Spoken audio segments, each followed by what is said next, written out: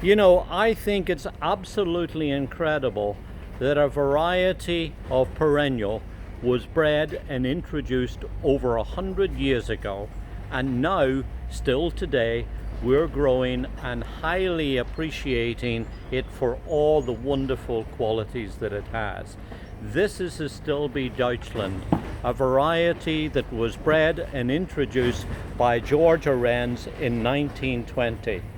During his lifetime, it's said that he bred and introduced over 350 varieties of perennials, 74 of which were Astilbes that he produced over a 50-year period.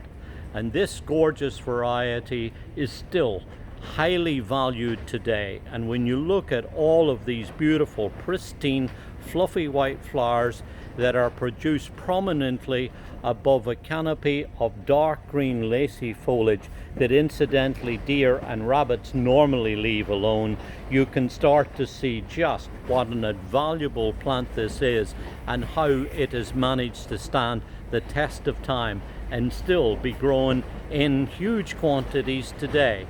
Here's a variety that is perfect for brightening up a dull shady spot somewhere in your garden.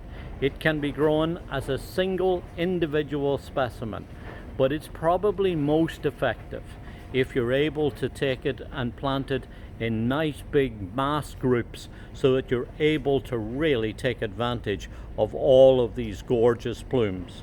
Lasting about 4 to 5, maybe 6 weeks, they are fantastic not only for decorating our gardens, but also for cutting and bringing in and putting into floral arrangements. What's neat about growing Astilbes is that they're not really bothered by any pests and diseases worth talking about. About the only thing they really require is somewhere cool and moist. Moist rather than wet, and that's important, because if they're in soaking wet conditions, they're going to deteriorate over a period of time. They love to be in moist conditions, and somewhere particularly that's going to be moist during the summer months. So that if you want to grow Astilbes, look for a place that somewhere lies perhaps a little on the damp side, and certainly as you plant it, make sure to incorporate in the hole lots of organic matter and mulch them well to keep them cool and moist during the summertime. And of course, when you plant it first, make sure to water them well so that they then get established. About the only conditions that they really don't like are hot, dry, well-drained spots. There they're going to shrivel up and take a really, well, they're going to fry.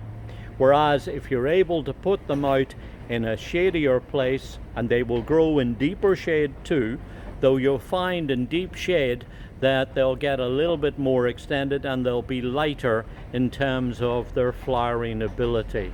So it's probably better if you can put them somewhere where at least they're going to get a little bit of dappled sunlight that will come through to fortify and build a nice big round canopy. Wonderful if you can place them by the side of a water feature, a pond, a stream, a bog garden, a pool or water feature, anywhere where you're going to have them. And I've seen some wonderful sites where people have planted these next to water so that you get some really lovely reflecting images of the water. So here's a variety that was introduced over 100 years ago and is still one of the top tried and true varieties of Astilbe. This is Astilbe Deutschland.